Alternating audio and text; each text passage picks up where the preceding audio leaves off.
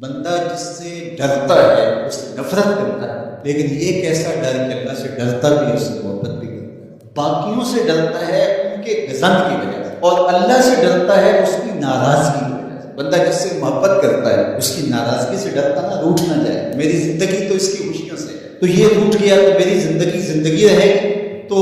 अल्लाह से डरने का यही मफहूम है कि बंदा हर वक्त इस एहसास में डूबा रहे कि मेरा मालिक मुझसे नाराज ना, मेरा मालिक मुझसे राजी हो। ये एहसास अगर इंसान के साथ जुड़ गया तो फिर उसके उठने वाले कदम हमेशा अच्छाई की तरफ जाए, उसकी जुबान से निकले वाला जुमला अल्लाह की रज़ा के दायरे में रहे, उसकी हरकत और सकानात उसकी रज़ा के दायरे में रहे, और वो कभी भी नाफरमानी की